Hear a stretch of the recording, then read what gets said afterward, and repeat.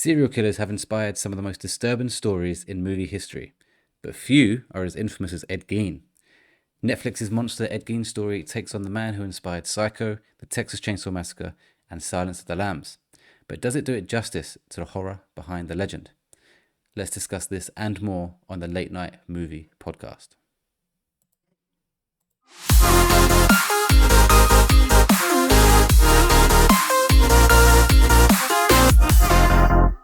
Welcome back to the Late Night Movie Podcast. I'm your host, Welchy, and joining me tonight, as always, is Mr. Pop Figures himself, Andy.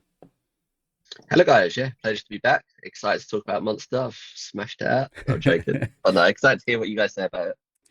And our resident horror expert, Stephen. Yes, hello guys, it's lovely to be back, and I cannot wait to talk about monsters. It's going to be a good conversation. Yeah, so tonight we're diving into Monster, the Ed Gein Story, breaking down the performances, the tone, and whether Ryan Murphy's true crime anthology is starting to lose its edge. But before we do that, I do want to do a quick little game with you both. Okay. So Interesting. I couldn't think of a fun name for it, so I'm just going to call it Guess That Cast List. So hopefully you can kind of guess what this is. I'm going to read out to you 5 cast members from a movie. Guess the film. You need to tell me what movie I am talking about. Okay, I like this. I've only got one, so if you get this in like 10 seconds, we'll move on. But hopefully you don't. Oh, God. You can. If it's a horror film, Stephen's going to be like.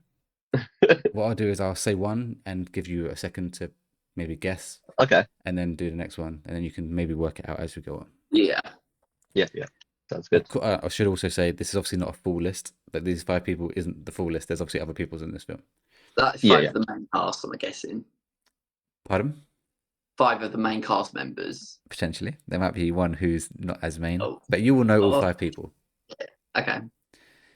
So the first cast member is Elijah Wood. Lord of the Rings. No. Any guesses, Stephen? I can do this. Stephen, you going to guess? well. Sin City. No. Number 2. I know it. Robin Williams. Good Will Hunting. No.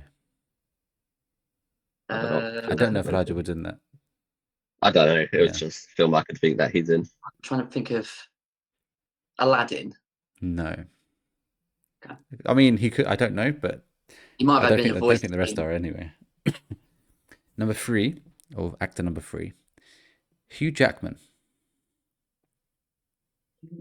I'm glad. I'm really glad this stumped you both. I was worried it was either going to be too easy or too difficult, and I think I've gone too difficult. I'm guessing it's not X-Men then. It is not X-Men. Robin Williams, I don't think did Marvel. Williams is in X-Men. Oh, too fair. Yeah, it's going to be an older film then, isn't it?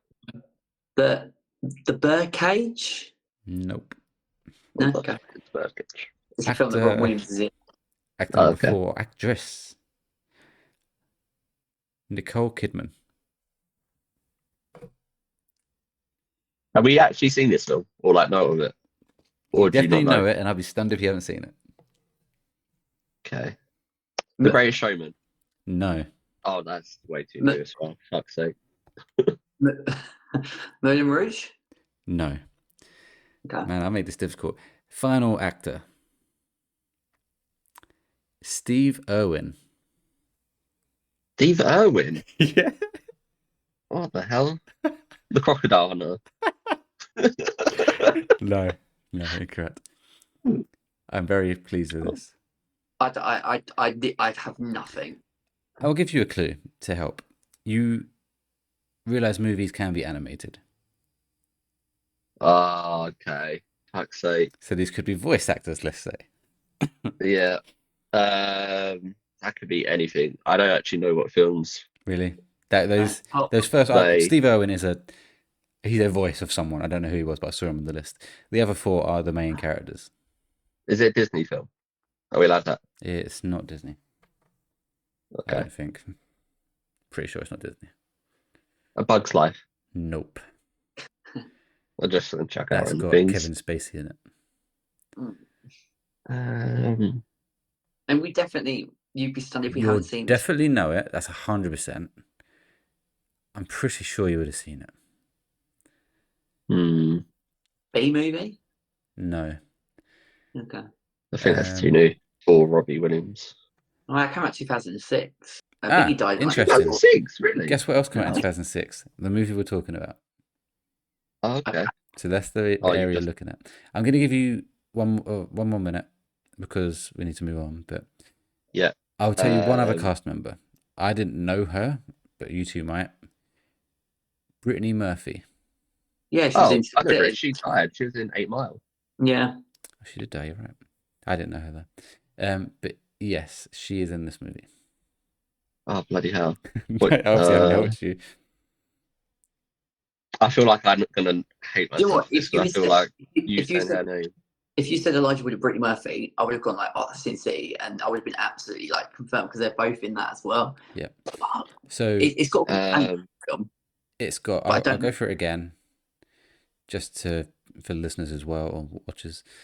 Elijah Wood, Robin Williams, Brittany Murphy. I've now added in Hugh Jackman, Nicole Kidman, and Steve Irwin. Ants. Ants. Yeah. Incorrect. For me, you got it there. No. I can't think of movies. 6, like Finding Nemo. Incorrect. That's Disney. that came out 2004. Shark wait. Tale. I didn't confirm if it's Disney or not. No, not Shark Tale.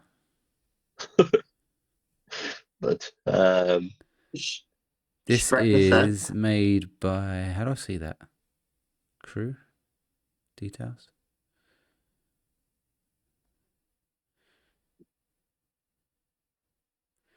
How do I see who made this film? Studios. Oh, Warner Brothers.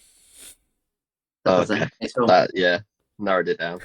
I'm gonna have to press you for time now. Yeah, I don't know. I feel like I do know it. But You do know it. It is a little film called Happy Feet. Oh, bloody hell, really? Cold. I've definitely seen Happy Feet. I thought you had. Wasn't Happy Feet 2 works? Happy Feet 2 did happen.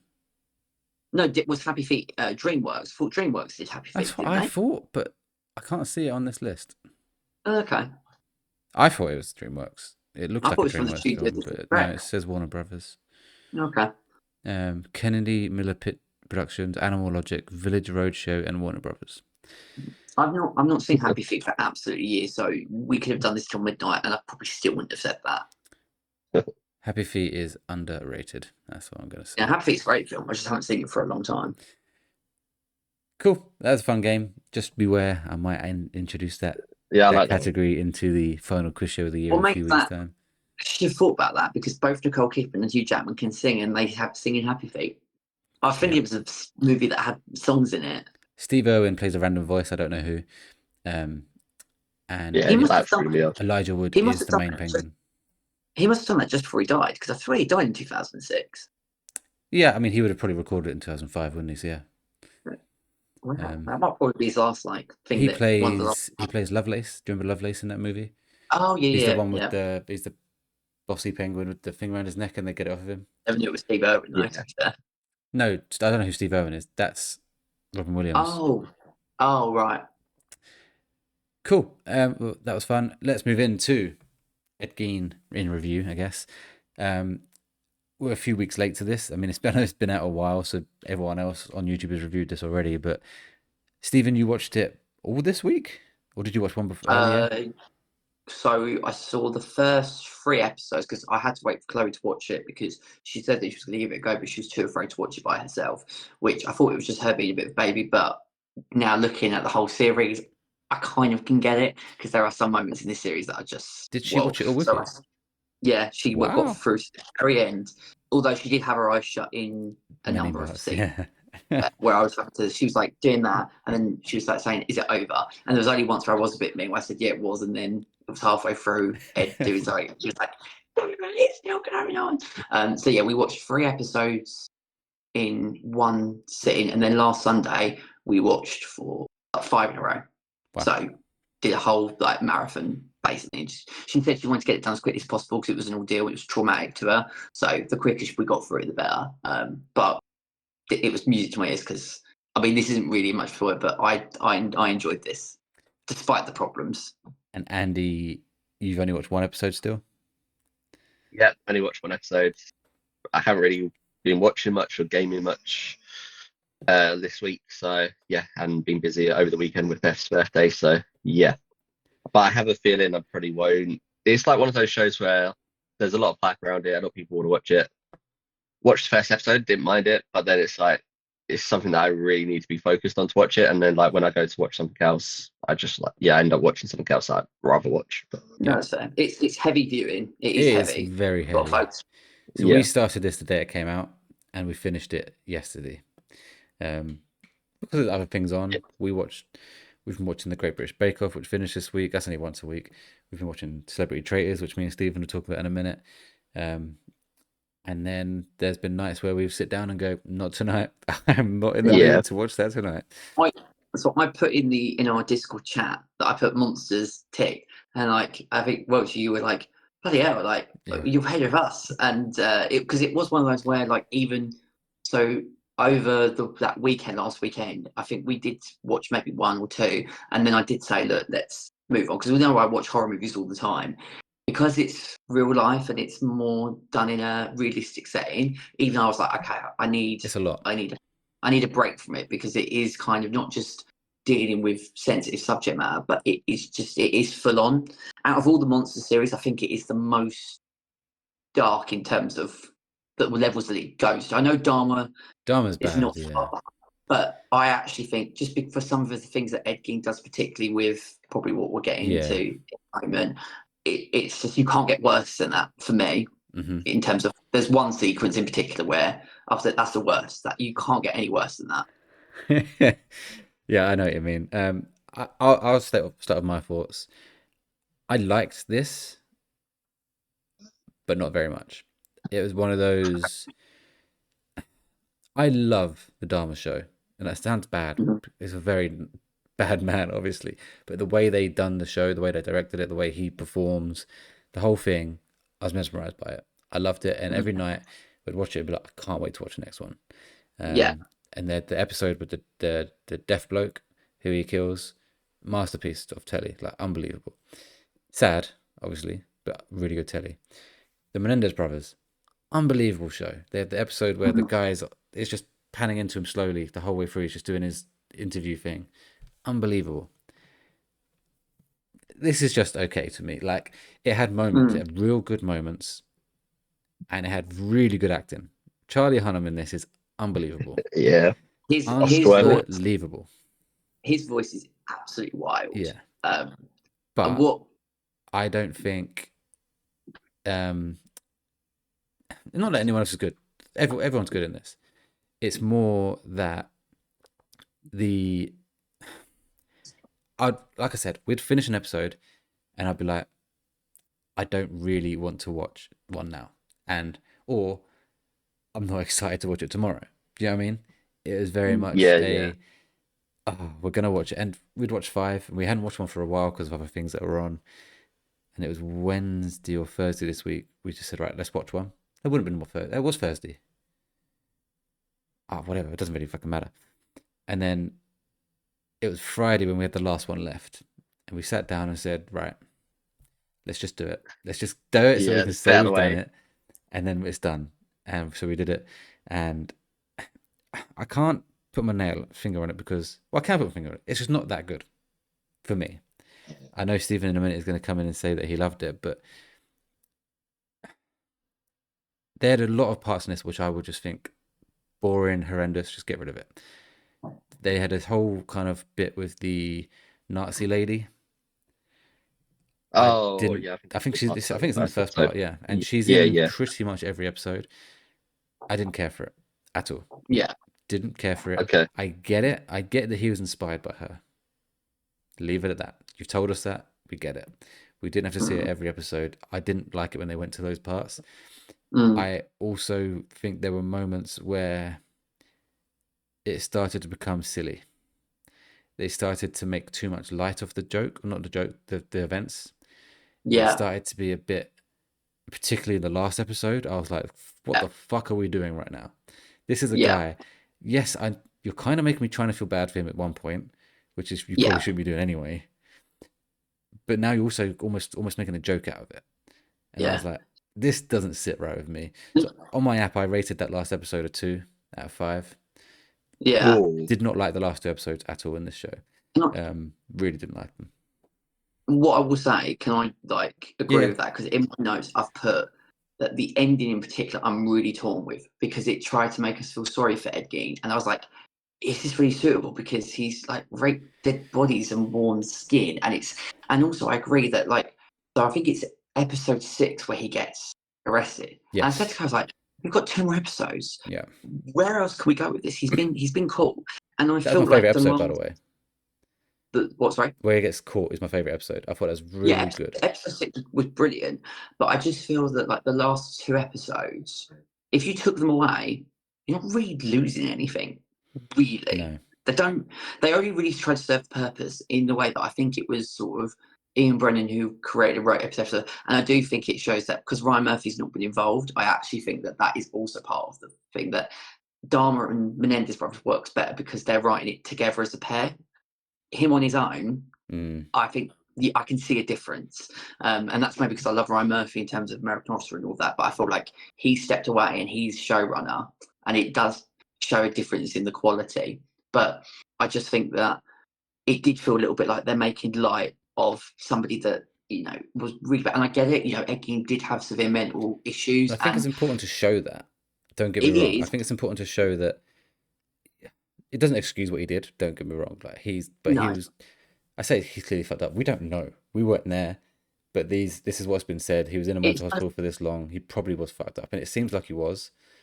Yeah, but it was also they just went to a point where I was like, you're making it silly. Yeah, I get it because I think he did help in terms of bringing down like that killer in the 80s in the last episode. I googled it and I'm not sure he did. Did it? So this is the other thing. You don't know what is actually factually true. And I don't think a lot of it is. Because also, if that isn't true, then I think they did that as a way of us going, well, he's seen his area of his race. He's trying to track down new and upcoming serial killers. But it doesn't take away. Yeah, it was Ted Bundy. And then you've got the other bits. So I said in my notes that there were moments where I couldn't work out what was real and what wasn't. Yes. There was a lot of stuff, like the whole thing in episode 7 with the Nazi. They did explain that on episode 7, though, like eventually. They did, but they did that in like even episode 1, which I know we spoke about earlier with his brother.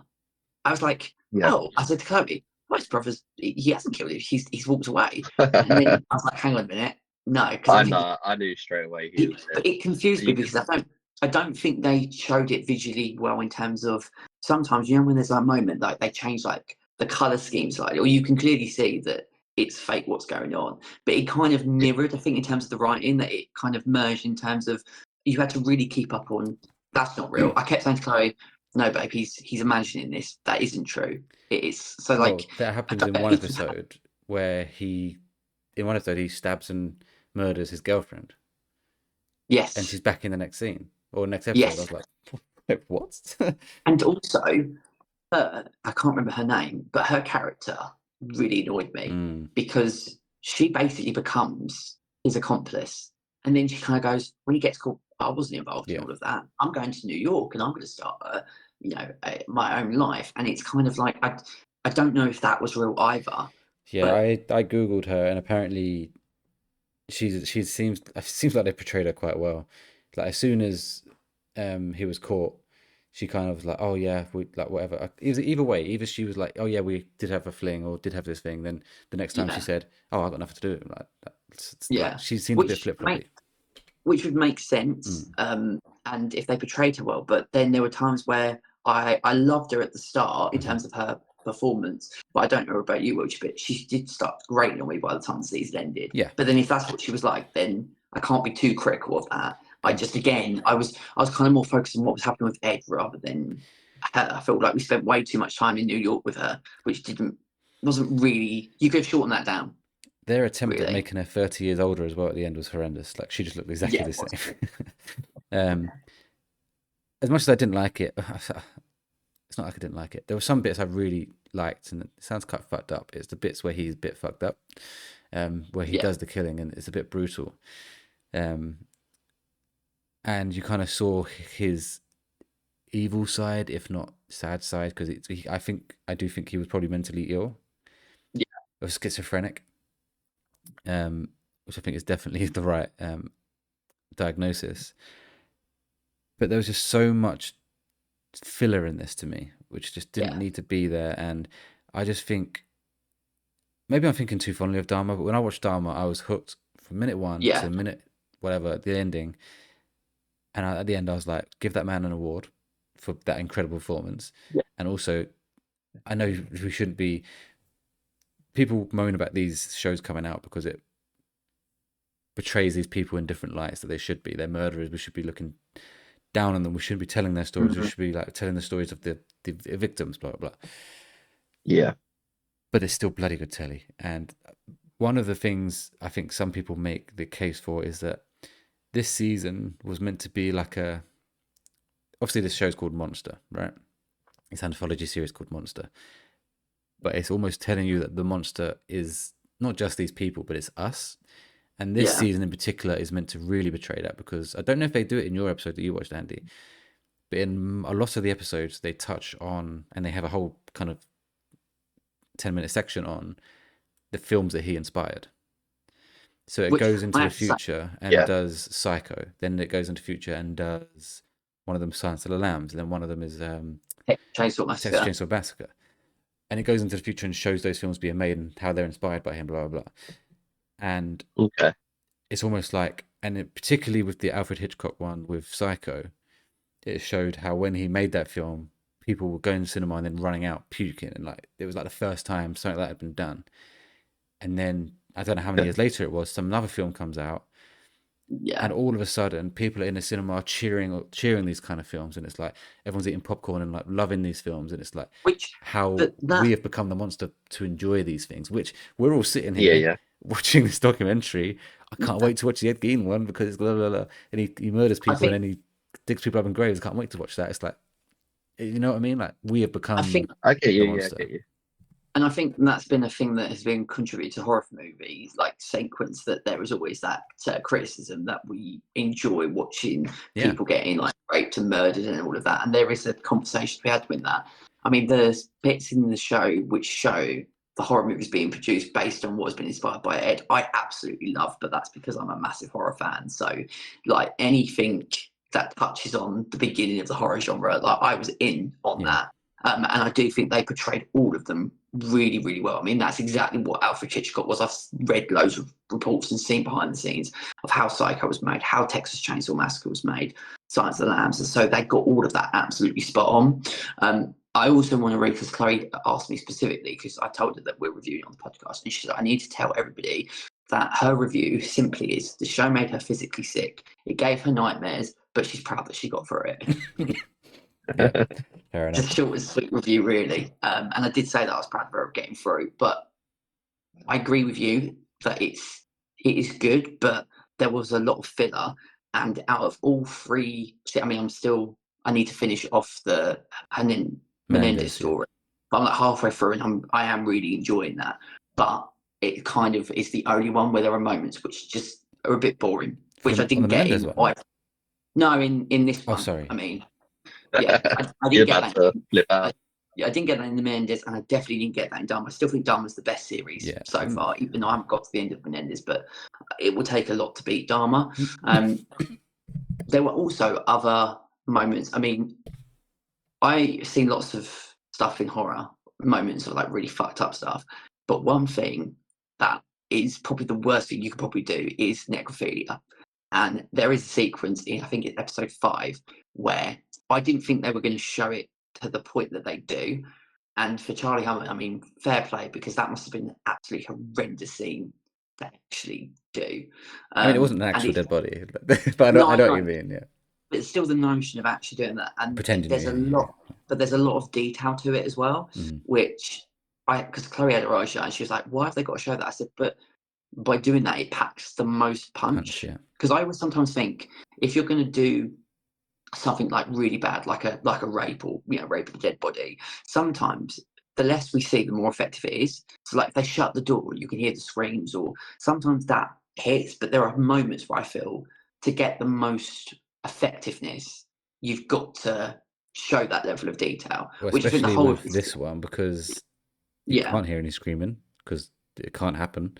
no, And it's such a personal thing for him, and it's just him in his house. So I think it's, if you kind of go away and shut the door yeah, and you hear like the table moving, it's that I completely agree. I don't want to see it, but they no. have to show us and say this happened. Like this guy did I, this, and this is one of the things I he think, admitted to. He yeah, didn't admit to the killings because he doesn't remember doing it. We can't argue that. That is actually what he said. So that is, and he passed the fucking um, lie detector test, which I was like, whoa, okay, if that actually happened, as a policeman, you'd be fuming. You've just seen hundreds of yeah, bodies in his house, and he's like, I didn't kill them. And the lie detector test is because like, it's oh, he's his not lying. mental It's like, state. what? And Yeah. because Chloe kept saying to me, "How's he failing it?" I said, "Well, his mental state is telling him that he didn't do it because of his schizophrenia." Yeah. So The that's person they're why I'm talking to like, right now is like, I yeah, didn't do it. he It's like he's Split, isn't it? absolutely 100%. Yeah. I do think of all three seasons as well, it is the most brutal. I mean, Dharma is brutal at the Drama. moment, Yeah. but this takes it to a new level. So I can totally get that out of. There's been a lot of people saying they had to stop watching it because it's too heavy, too full on. But for me, that wasn't a problem. I want that from an Ed Gein. Like if you're going to tell the story of Ed Gein and you're going to do it properly, Yeah. all of that stuff is important. But it was the whole filler stuff, the bit with the Nazi officer, which I get, but we didn't need to keep going back to it. I didn't need to do it. Yeah.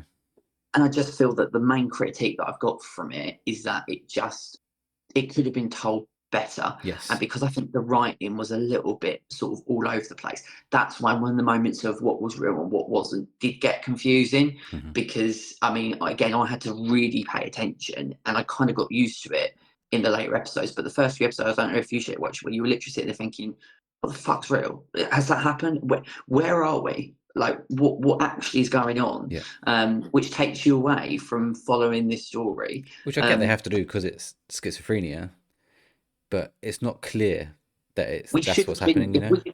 if we've been told that early on, because we get to hear that at the end of episode 7, or one episode away from the finale. Once we're aware that that's exactly what's going on, it then makes the entire series make sense. Mm-hmm. But we spent 7 episodes getting to that. You know, even if they'd done like a flash forward where maybe they start in the prison, like interrogation room, or saying, you know, you've got schizophrenia, and then the story starts. So as an audience, we're like, oh, okay. It just. Well, it maybe that's part of why they've done it though, because they're trying to put you like in his shoes. And it's one of Maybe. those things See where it, when you like, go back that's and what watch he it, you're went like, oh my through. god, it's a completely different experience. Now I know he's got schizophrenia. Yeah, sure. Yeah. But I just think it could have been handled a little bit. But generally, I thought the writing at times was a little bit. At times, it was absolutely spot on. There were moments that demonstrated that the writing was on. The performance was on. I mean, he should get nominated, I think, for an award. I don't think he'll necessarily win. Like when I saw Evan Peters, I was like, he won, you're didn't going to get, and you're going to win. Yeah, he won, I think, Golden Globe for his performance as Dharma. But his performance is insane. But again, the rest of the cast wasn't. I They thought were the all okay. mother's good. The mother's Yeah, it was good. she's in Big Bang Theory and stuff. I thought the rest of the cast was good. The policeman whose mum is murdered. I thought he was great for that one episode or two episodes he was in. That's one of the best scenes in the entire show. And that actually did. I googled that. That did happen in real life. Apparently, he was a fireman in real life, not a policeman. Oh, okay. And apparently, in real life, when the house burns down, he's the one who says, "Just leave it a minute." That instead of like going to save it, he's like, "Just let's go about 5 minutes later." I already read the bit about him getting beaten up, although the source that I read didn't specify what it was. It just kind of said that had happened. But did he then start that sort of, you know, when they go to the sort of tour, so to speak? I don't know. I don't know about that because that bit creeped me out a bit. I don't know why that was a bit weird. That. Yeah. Like he's just seen his mum with her intros like all over the barn, and then he's now making a profit from it. Tool house, and I get the reason he was just saying, you know, I want to make like, you know, get something out of this for her to get justice. But I'm like, but you're highlighting the situation again to like a whole group of paying customers. Like if your mum gets brutally murdered, that's not what you would want to do. I certainly wouldn't choose to do that again. And it was kind of an example of things just being a little bit sort of out of place. Didn't feel right. Didn't sit right. Overall, I think it has tarnished the series for me a bit. I will say that. when they're doing this next one, I can't remember the name of Lizzie, the lady. isn't it? Lizzie Borden or something. Yeah. Lizzie Borden. I'm not going into it thinking I cannot wait for this. Because I I've now been let down a bit, and I'm thinking I don't know much about her, and I'm going to try and avoid it because I don't want to know. Oh, I've seen something. Apparently, she kills her family or something stupid. So, which is similar to Menendez brothers. So maybe it'll go back to being good again.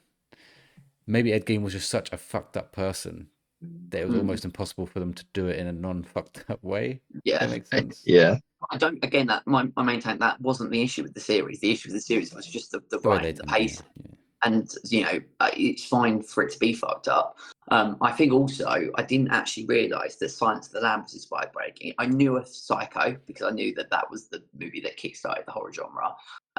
Texas Chainsaw Massacre, because Chloe asked me about it, and I said, well, they based it on police officers that had seen so many like awful cases that they then went fucked up in the head, which kind of spawns Leatherface. But then with the fact that Ed Gein wears people's masks and has like it's loosely based on him. Yeah. I was like, oh, okay. So there were little things that I didn't know. But I think for season 4, they need to have Ryan Murphy and Ian Brennan working together. I don't think the show works with just him on his own. I think he's the kind of writer that needs somebody with him to iron out those. Having said that, though, I've seen some things from Ryan Murphy, which, again, fillers, which don't need to be there. Yeah. But I think if they both work together and keep it focused, because again, Dharma was very focused in terms of the story. It kind of kept itself to itself, where this kind of spawned into too many subplots that didn't really need to be. But I wouldn't, enjoyed is the wrong word for this kind of series. Like, it was good, but it is probably the weakest out of. If you had to rate it, Stephen, out of 10? I'd probably give it a 7 out of 10. Oh, okay. I would go for a 5.5 or 6. The moments that, and Charlie Hunnam saves this show. Fuck me. If this was someone else or he did a bad job at this role, this would be low. But he is phenomenal. I think I would be with you on 5, but the moments where it shows the horror movies being created, I thought were jaw-dropping. They were so well done, so that gets the 2 extra marks for me. I didn't really care for the Leatherface one, really, or the Silence of the Lambs bit. But all the Alfred Hitchcock stuff where it basically showed how he made it, and then a few years later, everyone's addicted to this stuff. I thought that was really clever, of showing how we become so accustomed to things so quickly. Yes, we think something's bad, but all of a sudden, we want more horror. And then I started thinking, have they purposely made this show shit? And then I'm like, this isn't good enough because there's not enough death, there's not enough blah, blah, blah. Then they're like, well, this is literally what we're trying to tell you. You are now the monster. You want to see it. And I'm like, okay. Do you know that it was, I wonder if they were going to touch it, because Scream also was inspired by that. So the writer, Kevin Williamson, who did Scream, did it in terms of that post-apocalyptic horror, not post-apocalyptic, but like the horror genre, saying that, violence makes people go crazy, which is played throughout the whole Scream franchise. So that is also loosely based on not necessarily Ed Gein, but that notion of horror movies making us all go fucked up in the head. So I love all that kind of stuff. And also Alfred Hitchcock was a bit of a sleazebag in real life. I know that. And they portrayed him very, very well in the show. Yeah. We've only got about 22, 23 minutes left, so I do want to move on. But I just want to say that last episode was fucking horrendous for me. There's the bit with the man who had let's call him, I'll say it out like, he's got tits. I haven't got a problem with that. I just didn't think it needed to be where it was. I get they had to do that because he was sending the messages and this whole Ted Bundy thing, whatever. But I don't know. It didn't fit for me. And then there's my main issue. There was like a whole dance sequence. Yeah. I was like, what are we doing? Why is this? I get that he probably did this. He probably put on these women's dead skin and danced around the house. But make it scary, or make it. But also, you know what I mean? Make it eerie. Don't make it fun. Like, do not make it like Mr. Doubtfire or some shit. Literally, and it's literally like that. What they should have done is literally make it like really eerie, where there's like no music, and he's just dancing around like a psycho, like that. I think that would just work better. I know we have to move on, but I kept saying that to us. Like these 2 episodes are just they don't need to be here. But also, like, there's that sequence where Ed Gein, he's got, I think it was liver cancer or lung cancer. I think he had lung cancer actually. And he goes up and he's met by like all of the crazed murderers like Charles Manson. And again, I didn't like that bit because again, it's kind of him being accepted into this like hall of murderers. But the way the show did it, it was like going up into heaven. Yeah. Like that he gets eternal rest, and it's like you've raped and murdered multiple people and wore people's bodies as your outfit. Like, why are we giving him that moment of acceptance and love? Like American Horror Story does it, but the difference is A, they're fictionalized, and B, it's the characters that have gone through such awful stuff that they need that moment of love and acceptance in the world. We don't give that to Ed Gein. And again, it just, I don't, did you feel that? But it just, I did. I kind of understood what they were trying to do and show that so many murderers, even murderers, were inspired by Ed Gein. Yeah. And how, again, how sick of a country or America is, but even the UK, of liking that stuff. And he was getting fan mail and stuff like that. How we've become the monsters as well. I get they were trying to show that. I just don't think they did it right. Yeah. No, couldn't agree more. So yeah, I'd give it probably a 5.5. But I will still watch the next one. I still have hope they'll come back and do it better. Andy, are you going to bother watching it after what we just said? I don't know. It is a really hard one. Like those sort of shows are hard for me to sort of get into and like properly watch them. I feel like at the moment with Netflix, and I don't know, it's just because of like recent things I've watched, but I feel like you load up Netflix and it's just a lot of dark, like quite serious stuff, and it's like almost depressing just like opening up. I feel myself like just going like down like 5-6 rows straight away just to get away from all that stuff, and it's like so I feel like Netflix have their route that they're going down at the moment. It's like, and it's all dark shit. I watched something a few weeks ago that I haven't even mentioned on this podcast. I might save it for another time. It's called The Perfect Neighbor. With Zac Efron? No, it's a documentary. No. It's a documentary. Oh, okay. If you haven't watched it, I highly recommend it, and maybe we can talk about it in another one. I'm sure it's called The Perfect Neighbor. Yeah, it's definitely called Perfect Neighbor. Might be one that me and Clay, because we do 100%. Love a bit of the dark documentaries. Bloody brilliant. I recommend it. But anyway, what I wanted to talk to you two about is I have watched a movie that you have both watched recently. Okay, recently in the cinema. Allegedly. Do you want to? We watched it in the cinema. Yes, you watched it in the cinema. Do you want to? You want us to guess? You did not watch it together. Do you want to have a guess what it was? I feel like it'd be a horror film, but what have we not watched together? I swear. No, you said you didn't have that. No, what do you mean didn't have that? What are we talking about? You didn't have that at your local cinema. Welchy's been had. No, I swear no. Okay. What's recently been out? What did me and Beth go watch? What if I did this? Woof. Oh, Good Boy. Good Boy. You think? Oh, this is good because Andy I fucking hated it. Okay. So which one are you? This is exciting. I wanted to watch it because I looked at the time that it ran for, and I was like, "Wow, this is short. This is great. This is right up my alley." I watched it the other night, the 5th of October, so 4 nights ago now, November even. I'm probably in the middle of you two. Let's put it that way. Okay. I liked it. That's not fair. I liked it. Okay. But I do not really get it. I don't. Well, actually, that's a complete lie. I fully get it. I don't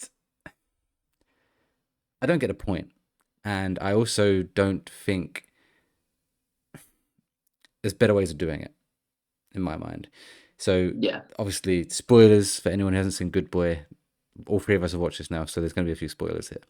It's a hard thing to spoil because I still don't really know what the fuck went on with it. Well, it is clearly about a dog who is witnessing his owner die. Yeah.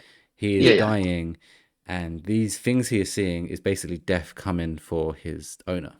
Right? That's what everyone took away from this? That's what, well, that's the whole argument that me and Stephen had on the podcast, was because he didn't really see parts of that. And I obviously explained, like, after that's what was happening. Yeah. All these things in the corner, all these shadows, was death just getting closer to his owner. And that's exactly how I read it. And even when this thing becomes a real thing in times, I think that's just the dog seeing it. The dog's got this, I don't know. It's obviously not real. I just took it as more sort of that it was a paranormal flesh movie, that something was haunting that actual And house. they hinted to that because like you hear the phone call between the owner and his sister, and she's like, "I can't believe you moved into a haunted house."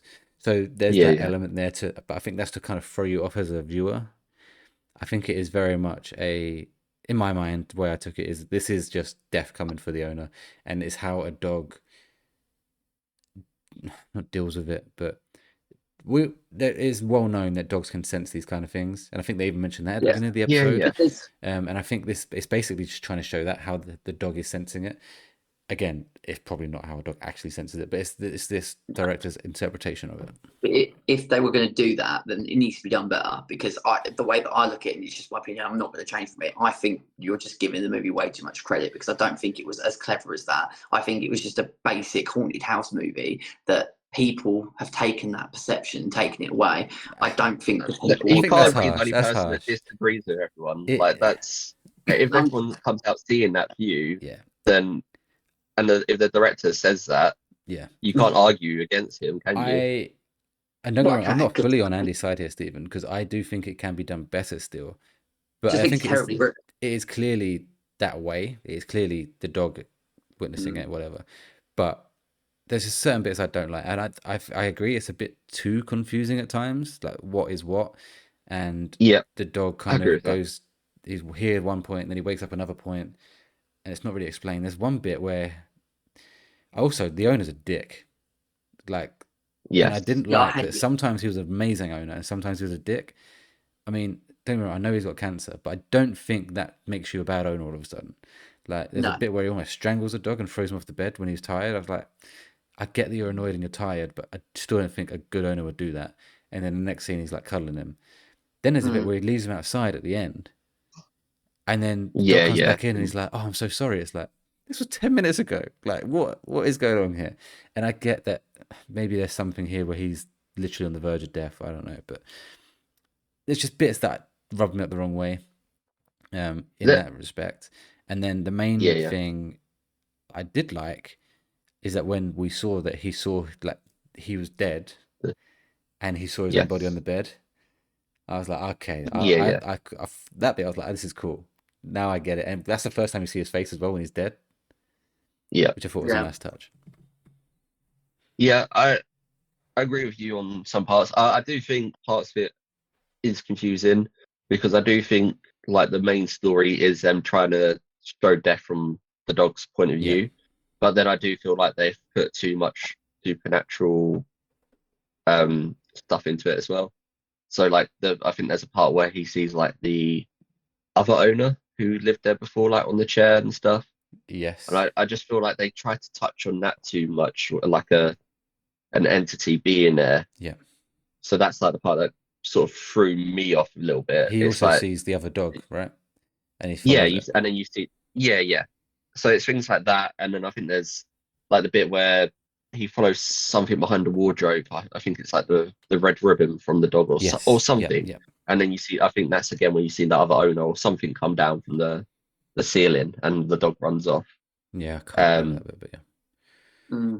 But yeah, it was just too confusing that they had too much of that stuff where they should have focused more on the death side with the owner, like his owner. But I did get what he was trying to do, because at the end, obviously, you see the skeleton of the other dog as well, and that the whole point of that was the other dog didn't make it out. Like the owner died, the dog died. This dog does make it out, and obviously gets rescued by the sister. I'm going to literally sound like Andy, and when Andy says this, it really annoys me, but like how he said about how awful like Jaws and Pearl are in terms of the fact that he can't understand how anyone likes this movie. I don't understand how anyone's come out of this movie and enjoyed it. It is, the more I think about it, I actually hate, what rating did I give this film? You gave this a resounding 2. I might actually lower it to a 1, generally. Because now I feel like you need to rewatch it. Now that we've brought it back, I ain't rewatching this. It's the worst movie that I've seen this year. Like, I hate it. Worse than not haunting. The Woman in the Yard. Would I give that a 1? A 1. Yeah, I'll put it on par with that. I don't know why I'm giving it a 2. Oh no, I'll stick to that. I said I like the dog. The dog was. Dog is great. How they found the dog, actually. Apparently, this film took like 5 years to film because this dog is not a trained dog. They just had to keep Okay. filming this dog in these different situations till it worked. I'll keep it as a 2 then, but generally, I think I went into it thinking I was going to come out and absolutely love this movie, and I was just so disappointed, so disappointed.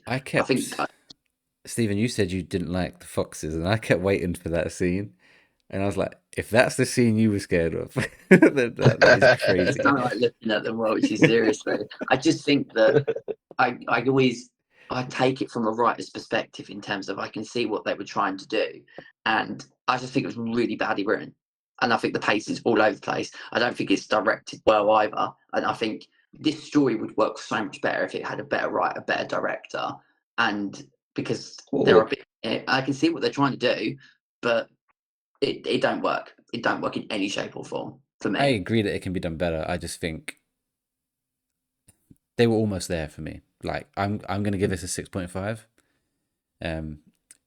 because there were a lot about this I did like. Yeah. I don't think we've seen a film like this before, which is one good positive, and I like that they were showing the dog and how they experience an owner dying. Most of these films we watch with dogs is us seeing our experience with the dog dying, so it kind of flips that on its head. It's definitely unique. It's unique, and I agree though. I think probably, Andy, I know you gave this a higher score than me. I think you gave this a 7 or an 8. I can't remember now. I agree that if they would have just focused on that more and got rid of that supernaturally bit, which is to me was either they were throwing us off or they couldn't quite decide what to do. Then this gets closer to that 7, the 8s and stuff. Yeah. Sorry, I was just gonna say I remembered another scene when you mentioned the dog's outside, Welchy, and then he's got something coming towards him. He's like in the doghouse, and then he like breaks free. It's like, again, was that them trying to show an entity, or was that them forcing the dog to see something for him to break out of the house to go because he's sensing the owner's like death or whatever? Yeah, it was, and it's hard for them to portray it properly because the dog can't talk, obviously. Yeah. So it's difficult, but I do think there are better ways of doing it. I think if I get to the heart of it, because I think like takeaway, because I am generally angry with the movie just because I went in with such high expectations, and I really hate when a movie really lets me down, and this movie has. I think if they went into it and took away the whole supernatural element and focused on the dog seeing his owner die and for everything that you're saying, then I'd go with it. I still would think that it would have been done a little bit differently, but I probably would have given it a higher score because it would have been focused on that. But the whole supernatural side, that's what makes me think it's or focus on the supernatural stuff, and the owner isn't dying of a pick your lane, yeah. Which one you're going to do? Because for me, because the fact that he goes to that house as well, and someone's died there before, they are hinting that house is haunted, and there's this, there's something there. You can understand from my perspective why I think that everyone saying that is kind of giving them credit, because it's like people were praising them for something which you shouldn't be praised. Pick which one you're going to do. Yeah, it's like you can't have your cake and then bloody eat it. That's what it felt like. You don't need the other owner and the other dog in this film. No, you don't. You just stick to this owner and this dog, and this dog's experience with this guy dying. You got a great movie.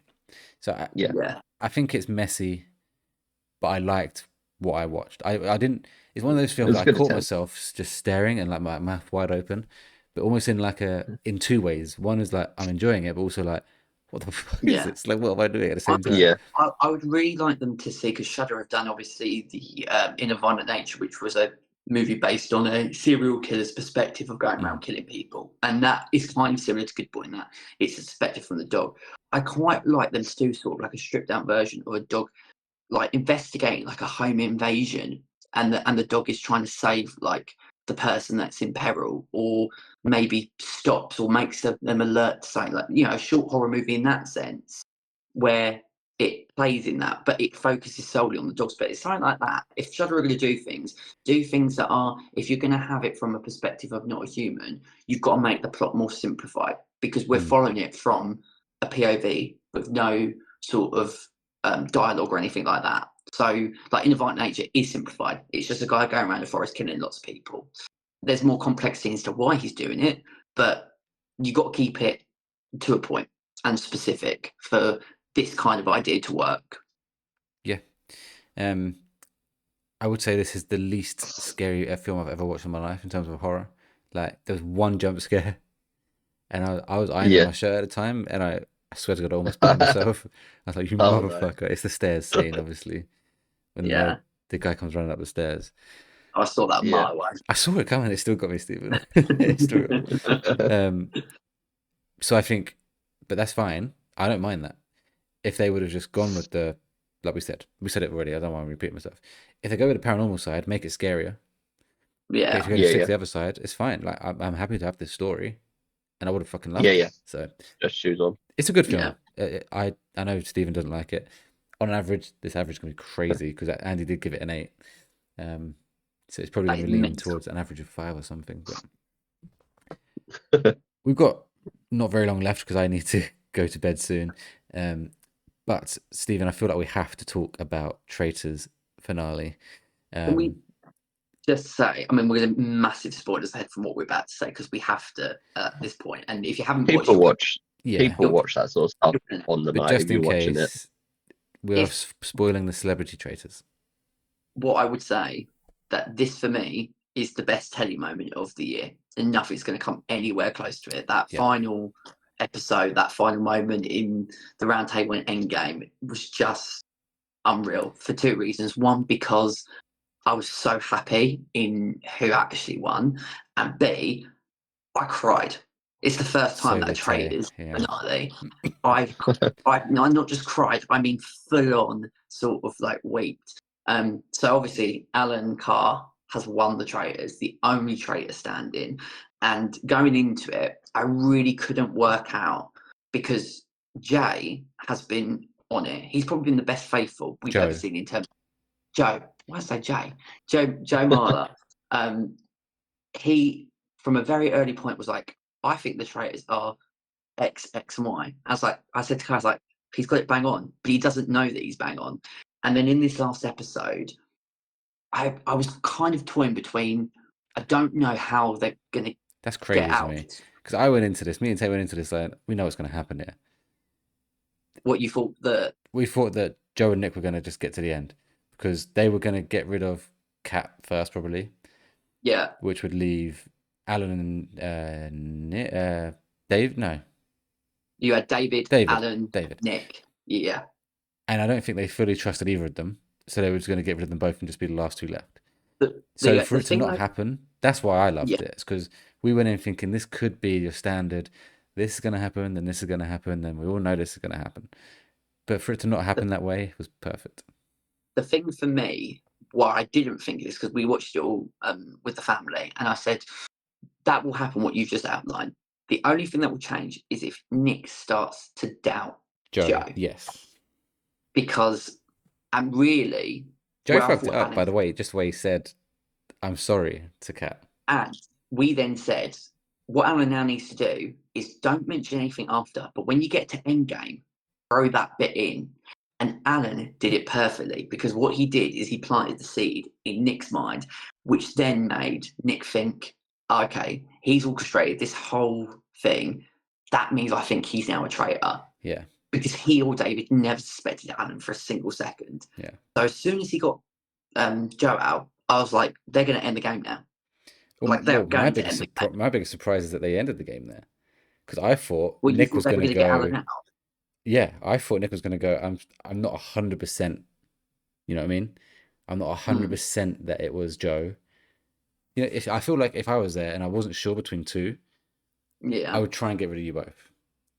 Yeah. And I feel like if he had to pick out of all of them, he was probably most comfortable with David. So that's what I thought. So the fact that he went and said, no, let's end the game, I was like, what the fuck? And I love Nick. Nick is... Have you watched Ted Lasso, Andy? Yeah. Nick is... Oh, Nathan. Yeah, he's Nathan Shelley in Ted Lasso. So I think what made me cry was Alan doesn't have a lot of confidence in himself, and you could. I know you're going to probably disagree. No, I know he hasn't got the confidence and all that shit, but it's just the way he went. This has been eating me up inside. I was like, no, it hasn't. You've been loving murdering everyone. Every episode, you've been loving this. I think Alan is such a nice person very nice generally that it just. He cried from like the gut. It wasn't like he put it on. You could tell. No, I don't think he put it on. But he shouldn't have said that. No, but also what I loved is how genuinely, like Nick and David, whether they went straight over to him and said, like, you played blind.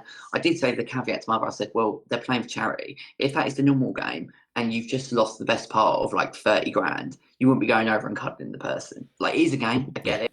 But I will be going over and going, oh, it's okay, you played a blind game. Like, you've just taken 30 grand of me. It's because they're celebrities, they're doing it for charity. It's sort of different stakes to normal version. Have you watched the Australian ones? They're on my list, but I know because you said, was it second season that you said you have to watch? Yeah. But there's a person on there that is. Oh man. But I just thought that final episode was just It was great. And I always want the traitors to win. I'm always team traitor because I think it's harder for them in terms of that they've got to basically lie every single point. They've got like 19 people trying to get them. They are in control of the game, but it's not. It looks easy from our perspective because we're just watching it on the telly. But imagine being a traitor day in day out must be an incredibly tall. I did the Traitors experience last weekend. You did, and it did not go very well. I won't go into it now. We've got minutes left, but I think it's just as hard for faithfuls because you say something, you get it wrong, and all of a sudden they get you out. So like, I think Nick made a very good point. You kind of just have to, even if you work out who the traitors are, then stick with them until the end, then get them out. But anyway, Joe made the faithful error. He said sorry to Kat. He said one word. Yeah, and then Alan took that and put the seed in. And I thought at the beginning of the game, if you said Alan Carr's going to be the last one standing and wins the traitor, none of us would have gone fuck off. Like in that last episode, he laughed when they had to go around and say, "Oh, you were faithful." He like pisses himself laughing. Yeah.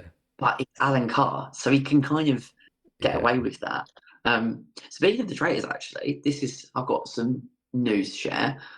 I'm actually going to apply for the 5th season. I don't think I'm going to get shortlisted, but I'm generally going to apply. My brother applied for the season they're doing now, and he didn't. Well, unless he went on and not told us. But I think I've seen him most weeks this year, so I don't think he's been there. That could be a shot. Maybe got voted out first week. I'd love to try it. I mean, we were having the conversation after because I'd love to be a traitor, but my problem is like my facial expressions give it away. So like, if you piss me off, you can clearly see it, and you can read me quite well in that sense. And I think if I was a faithful, because I'm quite vocal, I'd probably be a little bit like Joe, where I would be like sort of not the leader, but I'd be quite vocal in the round table. But I think that would then put a target on my back, or the traitors would use that to a disadvantage. Probably won't get shortlisted, but I imagine me on the traitors would be such great telly. It'd be great for the fucking podcast. I'll tell you that much. Yeah.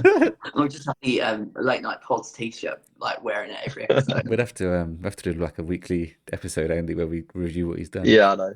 Oh, actually, you'd be on. You'd already recorded it, Stephen, so you'd be coming on, giving us the inside scoop. Yeah. But yeah, unfortunately, we've run out of time to talk about anything else tonight. So anything you think you watched Black Phone 2, Stephen? But got Black Phone 2, Good Fortune, and Shelby Oaks, but that can be saved till next week. That's fine. And I want to try and watch at least Shelby Oaks. And Andy, I think you want to watch some of those as well. So once we've got more of us watching them, we can obviously talk about them. But for now, that is going to be the end. Just making sure none of our listeners gave thoughts on Ed Gein. So yeah, that is going to do it for tonight's episode of the Late Night Movie Podcast. Let us know what you thought of Monster, the Ed Gein Story. Did Netflix nail the tone, or is this one true crime retelling too many? I don't think so. I still want to see more. Drop your thoughts in the comments or tag us on socials at The Late Night Pods. We'd love to hear from you.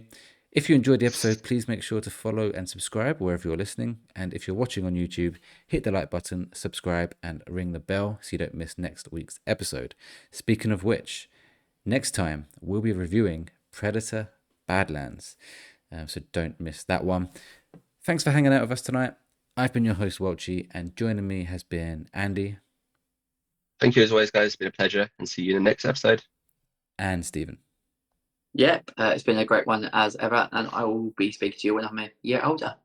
That sounds weird to say. Thank you all for listening, and we will see you next week.